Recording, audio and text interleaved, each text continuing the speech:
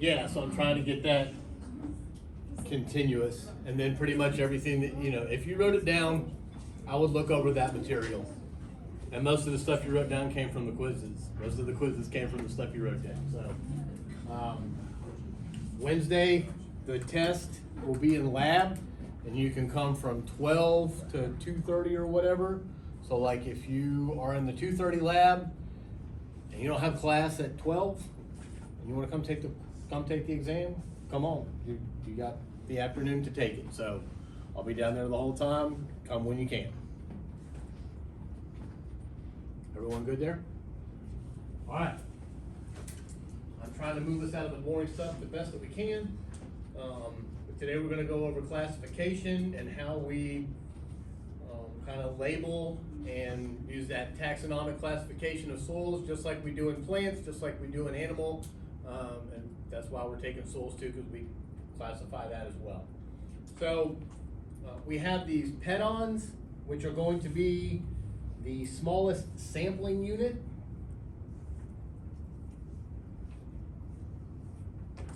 It has the full range of the characteristics of that soil. So like a pedon is just like a sample. You can think of it as a sample, but it contains everything that you'll need that have the characteristics of that. There you go, Jacob. You can have mine. You can have the original copy. All right.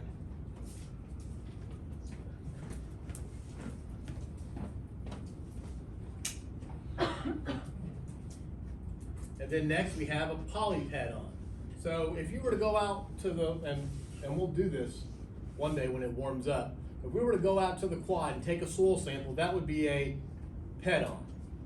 And we would expect that most of the quad is going to be very similar to that one soil sample. So we'll call that, the quad was basically, that area would be a polypedon, or set multiple pedons. And then finally we have a soil series.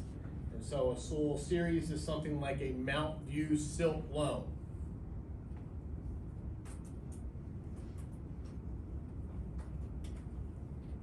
This means that most of,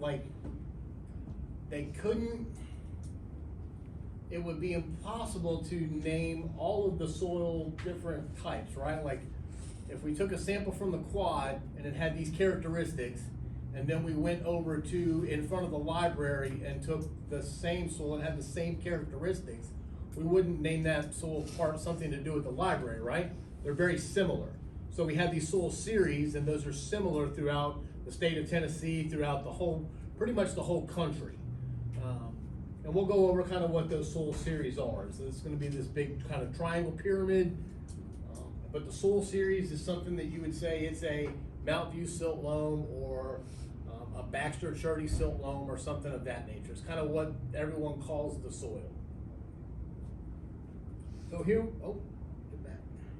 Here we would have this pedon. And so kind of more of a larger soil sample, but an area. Then we would have this as a field, and so you would have several of these little pedons that make up the polypedon. And then that little area in that field would be like part of the landscape. The soil here may be different from the soil there, and so that's where we come up with the series. This may be a Mount View silt loam, and we might come over here and this may be a Baxter Cherte silt loam. It just depends on how that soil was formed in the landscape.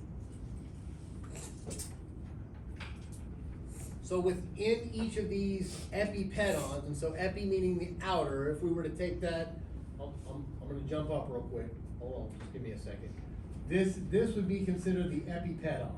This face right here, like the outside skin of that soil profile. If you were to take a chunk out and set it on the table, the outside would be the epipedon, kind of like our epidermis. So we have a molic, which is going to have a thick dark color with a high base saturation. So the things that you're writing in are kind of your key indicators about the differences between these diagnostic subsurface or surface and subsurface horizons. So this would be for the people that are going into the pedology. That's what we're discussing now, is this pedology. It's really hard for me to talk about soils without at least going through that. So similar to a molic epipedon would be an umbric epipedon. And that has a low base saturation. So the difference between molic and umbric, they both look the same, but there would be some indicator when you took that soil sample and had it analyzed that one would have a high base saturation, one would have a low base saturation. Next we have an ochric epipedon. And these are going to be light colored with low organic matter. Ochric, low organic matter. Low OM.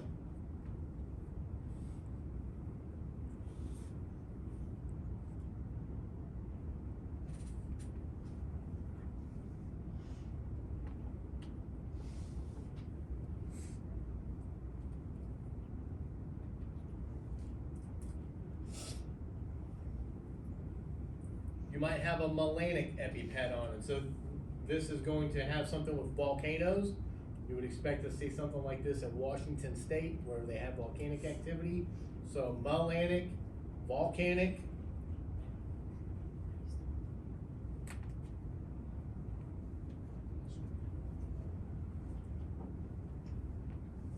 Histic, very high organic matter, high histic.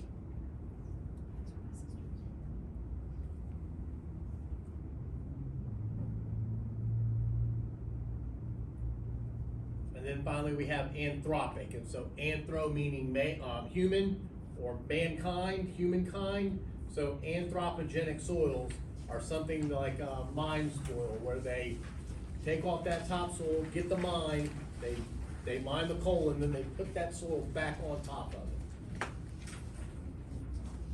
it. Is this gonna be on our test on Wednesday? No. Just the Whole two? new, it's a that we've whole already new done? thing, ma'am. Just the two papers we've already done? Yep, Okay. that's it, just everything from those two quizzes and prior to today. You know, I don't like doing that, I don't like when it was done to me. Don't give me information on Monday, expect me to be, cause I'm trying to cram it all in Tuesday night anyhow, I don't have time to cram this stuff in either, right? It hadn't been too long. All right, so next we have these subsurface horizons, and so this is kind of as we start to move down into our B depth. We have this argillic, and we think of argillics as these silicate clays. You'll start to see some of these clays move through that soil profile.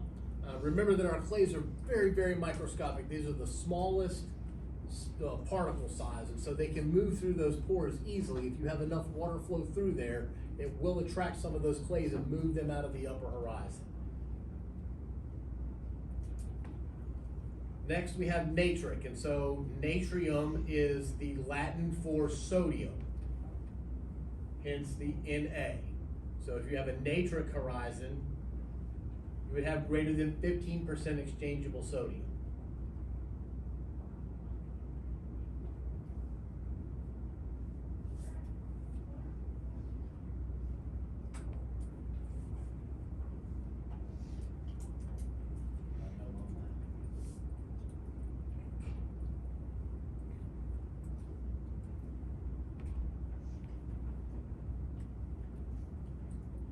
Next we have candic, and so these are going to be low activity clays. Kaolinite being a 1-to-1 clay with a low CEC. So when we talk about activity, we're meaning like CEC. Not a whole lot going on there. It's really just kind of whatever happens, happens. Not a whole lot going on.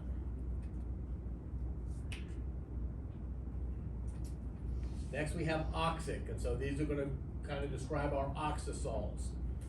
And we have these highly weathered aluminum and iron oxides, which are part of our pH dependent charge. Y'all remember the three components of pH dependent charge? Broken edges of clay, functional groups of organic matter, aluminum and iron oxides. Almost, huh? Campbell, that's going to be your ones. Aluminum and iron oxides, broken edges of clays, functional groups of organic matter. Three sources of pH dependent charge. And then we have spodic, and so these are going to have aluminum oxides. We'll have some organic matter, and you'll find these in more of our forest soils. So when we're thinking of forest, we're thinking of pine trees. Pine trees are dropping those needles and they're kind of acidic. And so that's how we would kind of describe a spodicoriza. Next we have sombric. So we'll have a high organic matter, but a low base saturation.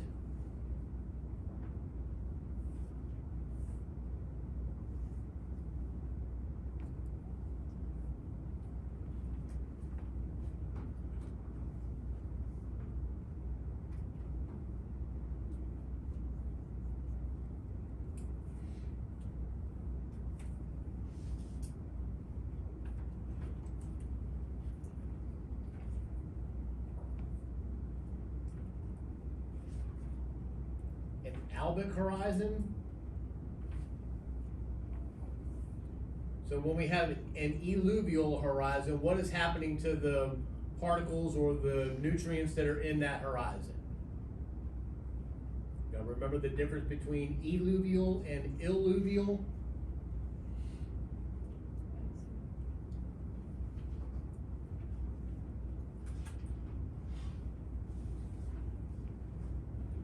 Was there not enough space here to? No, it's okay. Okay. I can't figure out how to get the slides bigger. Yeah, I write pretty big anyways. Okay, I try. Eluvial means exit. So in an eluvial horizon, everything is exiting. So you have to think about like something that was bleached or leached. Like as stuff falls out of that, kind of like your clothes. If you wash your clothes a lot, eventually they start to fade. So the color is exiting the material. So the same thing with our albicorizons. Everything's leaving that horizon, entering into another horizon, and is becoming bleached. Then we have our calcic, gypsic, and salic.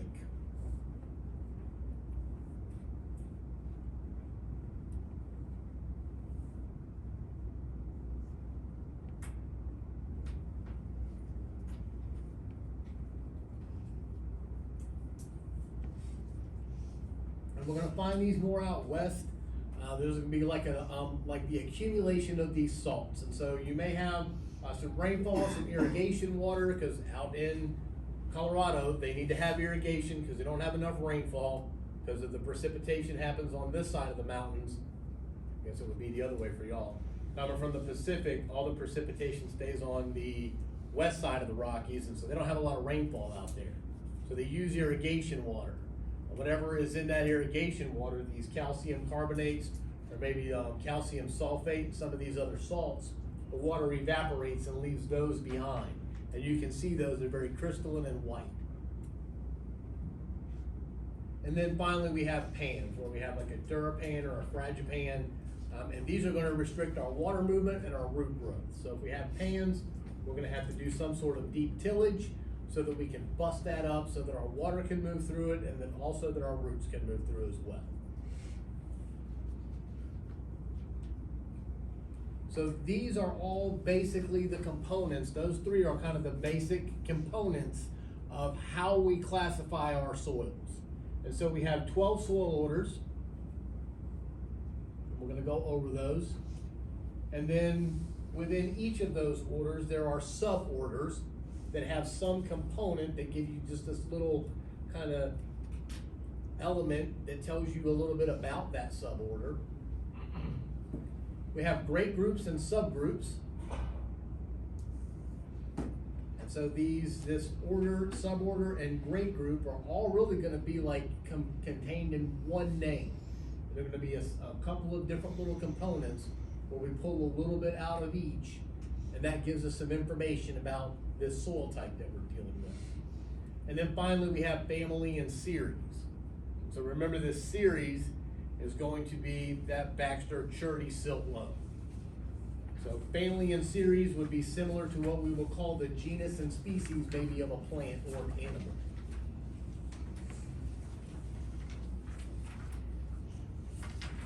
All right, a lot of writing coming up.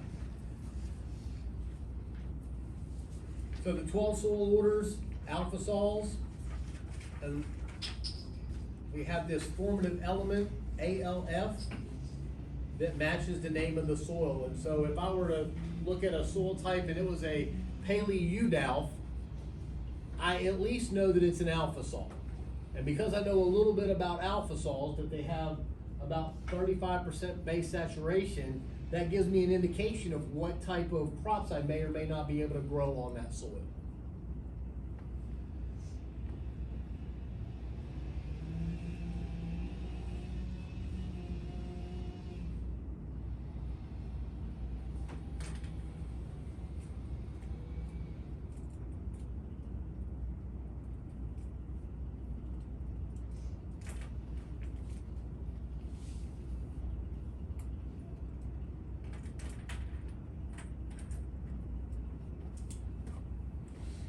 Oh, did I take all those out for y'all?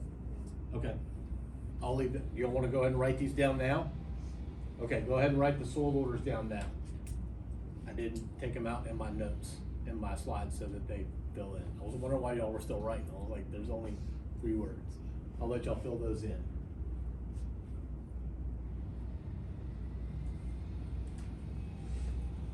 Alpha sols, andisols, iridosols.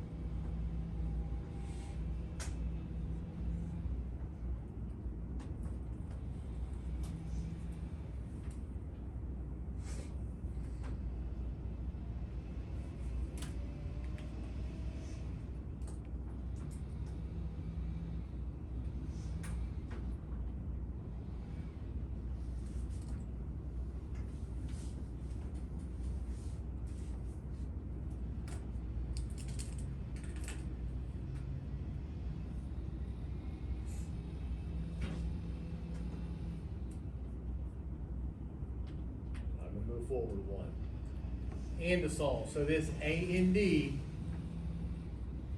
tells me that it's an andesol. This formative element gives me an indication about what soil order this particular soil series comes from. And so these are going to be our volcanic soils. And when I think andesol, I'm thinking the Andes Mountains.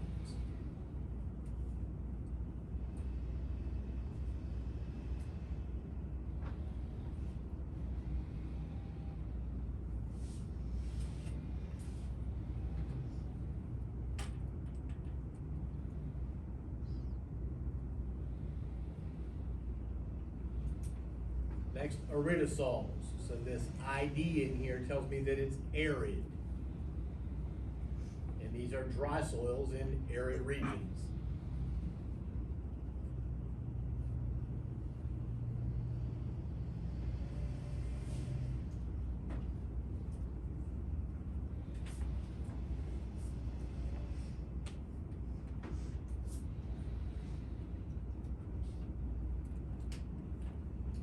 Next, entisols.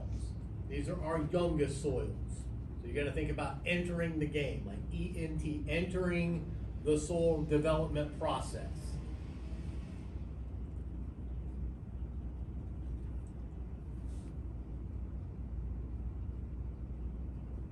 These don't have very much profile development. They're like just starting, so they haven't undergone a lot of that weathering. If you remember back from when I was talking about soil formation, the rock cliff, like the cliff of that face on 111 and I-40, that little bit of soil that's forming right there in some little crevice, that would be considered an entisol. There's no horizon development. It's like brand new. It barely even has an O horizon. Next, gelisol. So EL, gelisol. And these are gonna be our permafrost, frozen greater than 2 years at a time, so, whatever soil may have formed in Canada, like the Yukon Territory, maybe Alaska or Russia, or I don't know where else is frozen. Greenland, Iceland, places like that, they would have gellosols.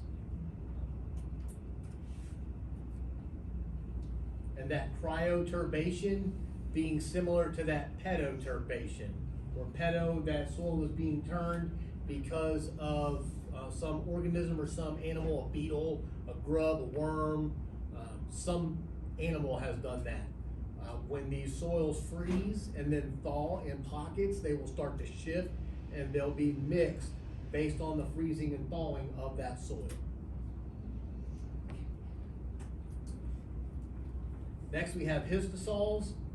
We're gonna have greater than 20% organic matter, and this is where we're gonna get our peats from.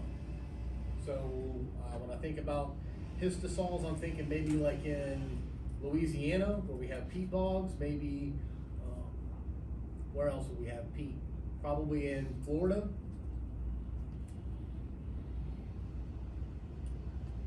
We'll have a map that'll show us some more about some other areas that would have histosols in them as well.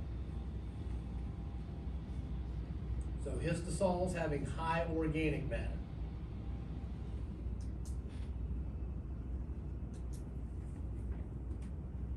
Inceptisols, EPT. So these are going to be the next youngest soils. These are kind of like the teenagers of soils.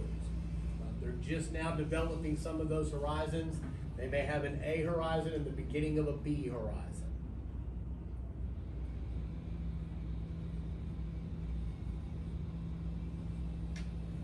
So our entosols, we have no profile development. For our inceptisols, we're beginning profile development. So this may be going back to that same kind of region that I was talking about on I-40. Remember I had the picture of that rock face, like the actual cliff on the other side, like behind it where the power lines are. We have this rock, and then we have all the soil at the top that collected at the bottom, the colluvium. Colluvium collects at the bottom. That is probably either an entosol or an inceptisol.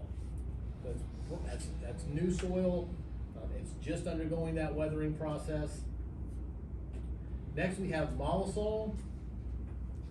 And the difference between mollisols and alphasols is going to be the base saturation. For our alphasols, about 35%, but our mollisols are going to have high base saturation, almost like 40 to 50%.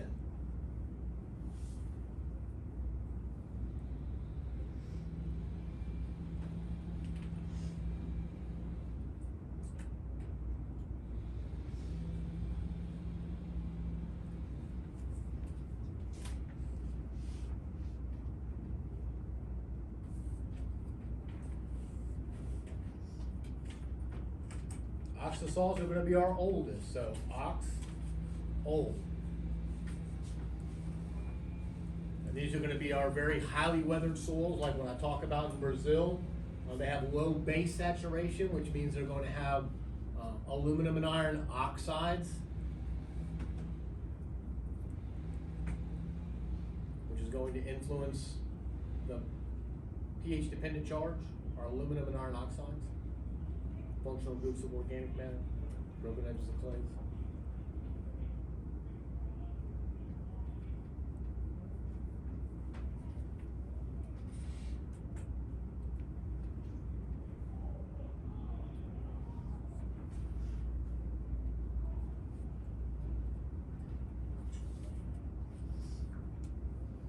Spodosols will have the same aluminum and iron oxides, but will have more organic matter compared to our oxasols. So our oxasols are going to be highly weathered.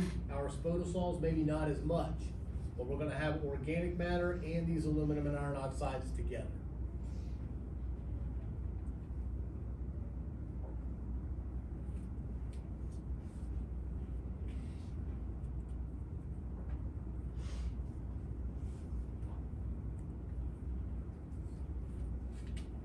us there. Altisols are gonna be the second oldest, and so in Tennessee, we have a lot of altisols in Tennessee. Low base saturation, very similar to oxasols, just not as weathered.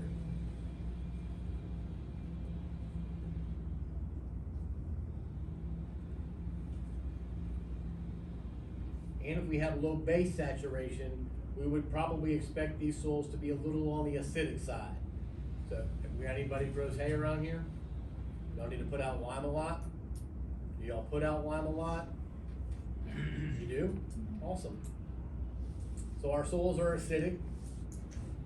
Could use a little bit of lime here and there because they're altisols, because everything's been kind of weathered out. And then finally, vertisols, so ERT. These are our shrink swell soils. And so in Mississippi, we have some of these. If you look on Google Earth, you can see kind of going from the northwest corner of Alabama. So if we had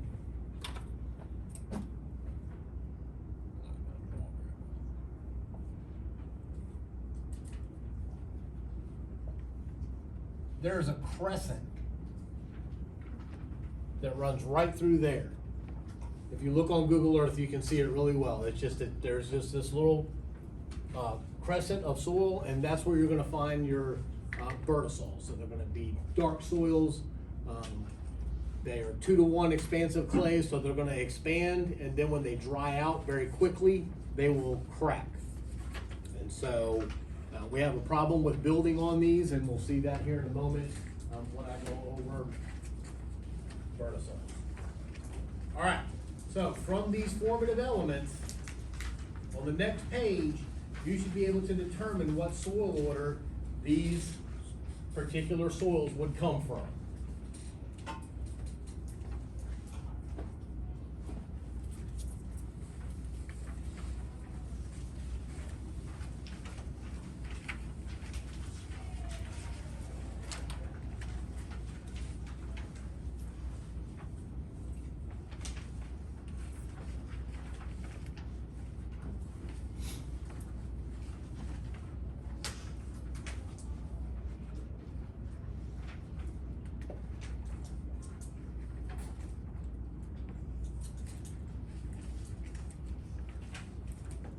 So using the formative element, which is going to be in the end of this name.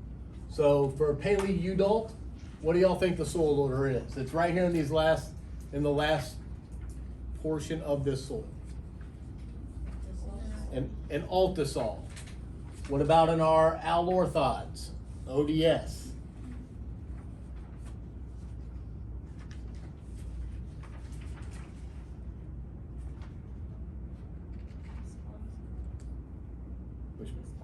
A spodosol. How about a Eutrodox?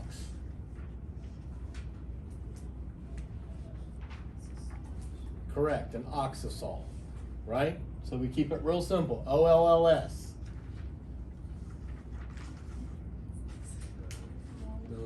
A mollisol, correct. Vermac-Walf. Alphasols.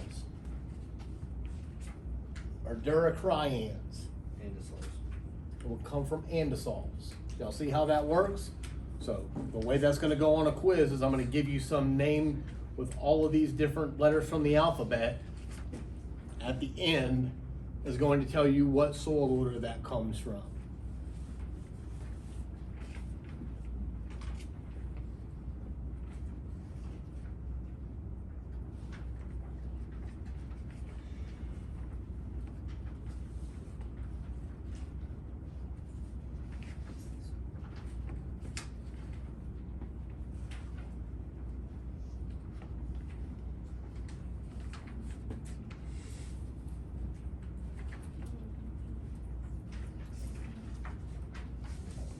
For the purposes of this class, we're not really concerned about what a Vermac-Walf is. We just need to know that it's an alphasol. That's about all I need to know. And when I know that it's an alphasol, I know that it's got medium base saturation, about 35%. I can go on from there. if we were in soil classification, if I were teaching that class for soil classification, we would probably go over this a little more in depth. But for the most part, you just need to know that we're talking about an alpha sol, or a gelisol, or a bertasol. What about this NATR? What do you think this NATR would give you an indication of? What's that? Okay, so the ERTS is the vertisols. No, you're okay, you're perfect. You got the ERTS right, correct? Now, from the diagnostic horizons, maybe from the subsurface diagnostic, what do you think this NATR tells you? Right, that it's gonna be natric, and so what else about that does it? Sodium, so we know that it's going to be a vertisol that has a lot of sodium in it. And then this AQU is going to tell me that it formed under a very wet moisture regime. But we'll go over that in a minute.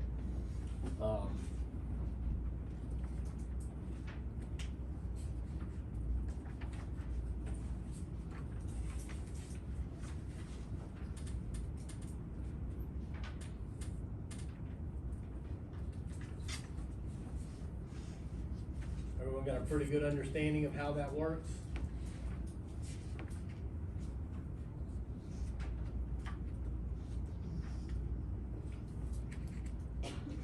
That's probably about the most of that. Like, I probably wouldn't ask you about maybe like this nature awk works.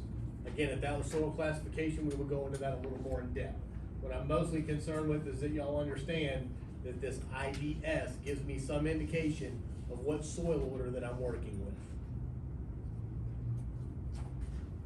All right, so here it is again. Here is our formative element for our alpha sols. We know that we have about 35% base saturation.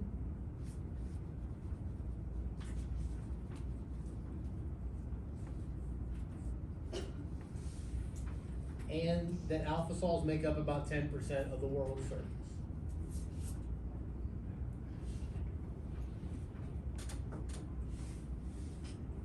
And typically, because I know that it's an alpha sol, or that we know that it's an alpha sol, we would expect to have these types of subsurface horizons.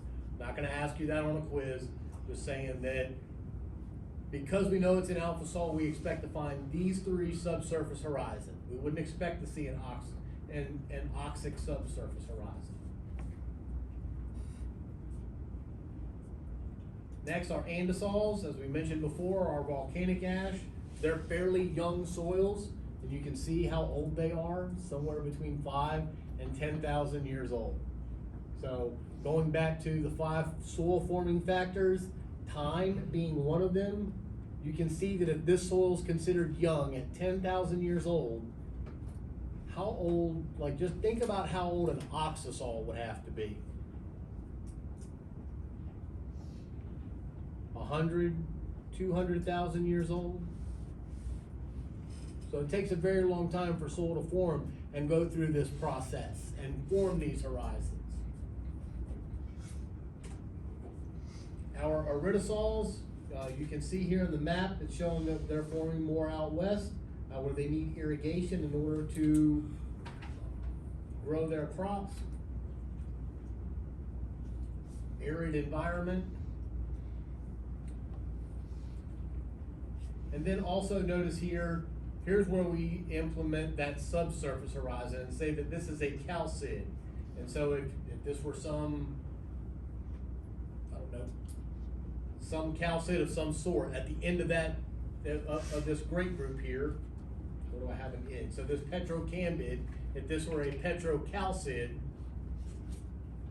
it would tell me that there's carbonate, or that this was, so there's cambids, that it's typical. This is what we would expect. Our gypsids would have gypsum, and our salids would have salt. So just those little bitty things inside of there is how we can tell a lot about a soil in a name. Our entisols are our youngest soils.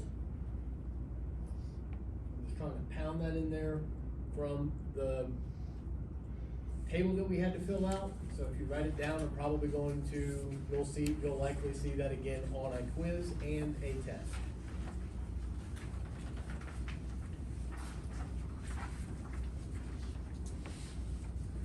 Our gelisols, in the United States, we'll see that mostly in Alaska. They don't get a whole lot of sunlight, the temperature doesn't change very much up there, so there's no weathering process. Y'all remember what happens to the biochemical reaction rate when the temperature increases 10 degrees Celsius? It doubles. What if it doesn't increase 10 degrees Celsius? Then nothing happens, right? So there's how the climate impacts the formation of our soils. So those soils aren't very well formed. They can grow crops in probably the upper 4 inches. Not likely to be growing corn there. I don't even know what they grow in Alaska. Trees. Our histosols.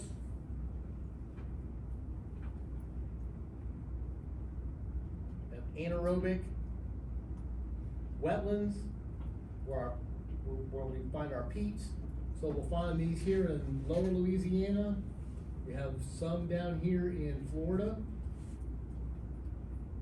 along the East Coast, and then some forming up here, the Upper Peninsula, Wisconsin, and Michigan.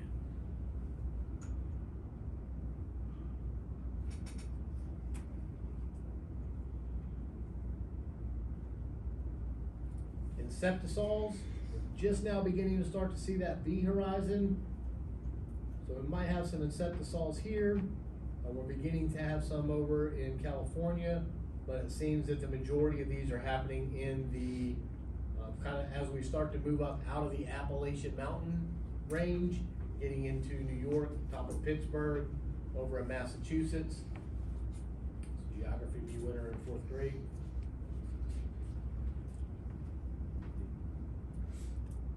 And so again, here we have our soil moisture regimes that are kind of giving us an indication about what kind of climate these inceptisols are being formed in. So aquic, low O2, maybe we haven't gone over these yet. But we know that it's gonna happen in a wet environment. We have aritic, I don't have any aridicep. Eustic, so somewhere between saturated and high, and then 0. I don't think we've gone over that yet. We have mollisols. Remember, this is going to be greater than 50% base saturation, and we can see these mostly in the Great Plains area. They have a lot of turnover, so the organic matter. So those crops are dying every year. We have annuals that end up completing their life cycle. They die, the next crop comes up through, and so they undergo that decomposition. The climate is just right so that we can have this decomposition rate that is equal to the death rate, I guess, of that plant. So we have these deep soils. They're probably going to be alkaline because we have a lot of base saturation and we can grow a lot of crops. Probably have high CEC as well, because they're going to have a lot of organic matter. So oxasols, not a whole lot in the contiguous United States, but in Puerto Rico where it's hot and highly weathered, Hawaii where it rains and then it's hot, they undergo that weathering process. And now back to our biochemical reaction rate. The temperature in Hawaii compared to the temperature in Tennessee is probably 20 degrees higher. So that reaction rate almost is 4x what would happen here in Tennessee. Our spodosols are going to be acid and sandy. So in Florida, where we would expect to see a lot of these. And then we also have some in these upper peninsulas and kind of start to move into Maine, New Hampshire, Vermont, New Hampshire. Altisols, so in this region, which is the southeast, we have a lot of rainfall. We have a good temperature fluctuation. It's kind of warm and hot in the summer. Probably as you start moving towards Georgia, it's even hotter. I'm okay with the summers here. They don't seem to be as humid as they are in Mississippi.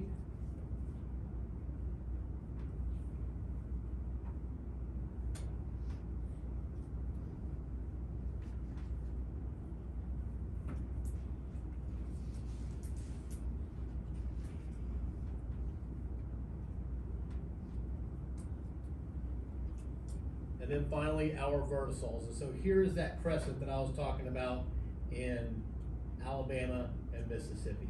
And then you'll also find some along the Mississippi River. So this is kind of the delta region of Mississippi. And so there's our deep cracks, they're dark soils, and we can have some issues if we build on those because they have that high shrink swell capacity.